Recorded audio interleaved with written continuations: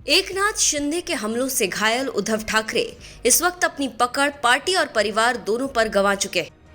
उस उद्धव ठाकरे की किस्मत एक बार फिर चमकने वाली, क्योंकि राज ठाकरे, जिसे उस जमाने में बाल ठाकरे का असली उत्तराधिकारी कहा जाता था, उसने हाथ थामने का संकेत दे दिया। जी हां, मुंबई के अंधेरी ईस्ट विधानसभा सीट का उपचुनाव उद्धव ठाकरे और एकनाथ शिंदे के बीच सीधा मुकाबला है। उद्धव खेमे से चुनावी मैदान में उतरी है दिवंगत रमेश लटके की पत्नी ऋतुजा लटके, जिनका समर्थन कांग्रेस से लेकर एनसीपी और लेफ्ट सभी कर रहे हैं। वहीं शिंदे खेमे से मूर्जी पटेल उम्मीदवार हैं, जिन्हें बीजेपी का समर्थन मिल रहा है। ऐसे में राज ठाकरे भी ऋतुजा के पक्ष में खड़े नजर आ रहे हैं और साथ ही बीजेपी से समर्थन की गुहार लगाई है।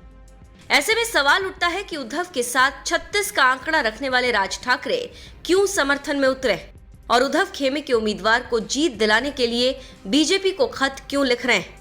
ये तो आप जानते ही हैं कि शिवसेना में 2 फाड़ होने के बाद मुंबई अंधेरी ईस्ट सीट पर होने वाले उपचुनाव पर सभी की निगाहें हैं।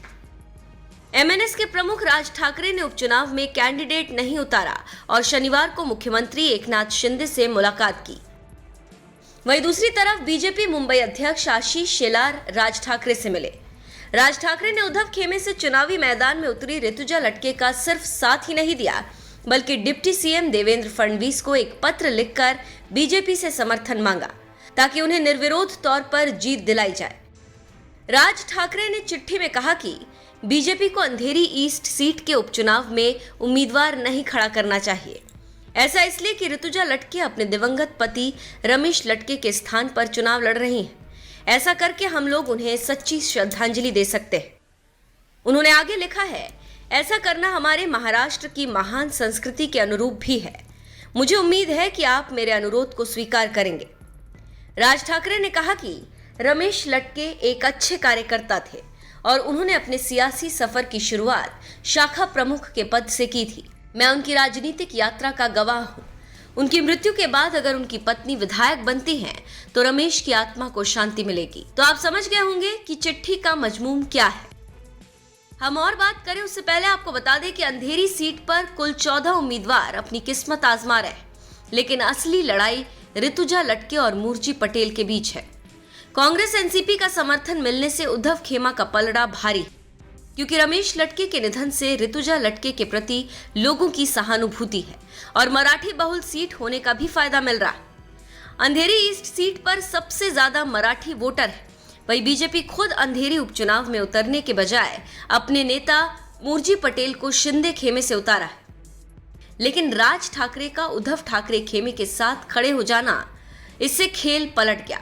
इसकी वजह यह है कि अंधेरी ईस्ट सीट पर सबसे ज्यादा मराठी वोटर्स हैं और राज ठाकरे का साथ मिलने से उद्धव खेमे की स्थिति मजबूत हो गई, क्योंकि राज ठाकरे अगर शिंदे को समर्थन करते तो मराठी वोटों में बिखराव हो सकता था।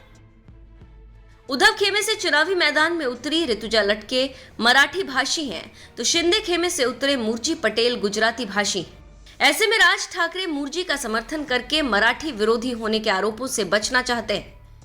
अंधेरी ईस्ट सीट पर वोटों का सारा समीकरण ऋतुजा लटके के पक्ष में दिखाई दे रहा है। रमेश लटके इस इलाके से 3 बार पार्षद और 2 बार विधायक रहे हैं। ऐसे में इस पूरे इलाके में उनकी मजबूत पकड़ मानी जाती है। ऐसे में अब रमेश के निधन के बाद उनकी पत्नी चुनावी मैदान में है, तो राज ठाकरे भी बहुत ज्यादा असर डालने की स्थिति में नहीं है। महाराष्ट्र में जब से शिंदे फडणवीस सरकार आई है, तभी से उद्धव ठाकरे गुट के साथ सनातनी बनी हुई। एकनाथ शिंदे ने पहले उद्धव ठाकरे के हाथों से सत्ता छीनी और पार्टी के 2/3 विधायक अपने साथ मिला रखा। शिवसेना पर अपना कब्जा जमाने की कवायद में है। लेकिन भाई के मैदान में आने से बीजेपी काफी परेशान है और उद्धव ठाकरे काफी खुश हैं और शिंदे भी परेशान है। ऐसे में अब देखना होगा कि आगे क्या होता है और किसकी जीत होती है।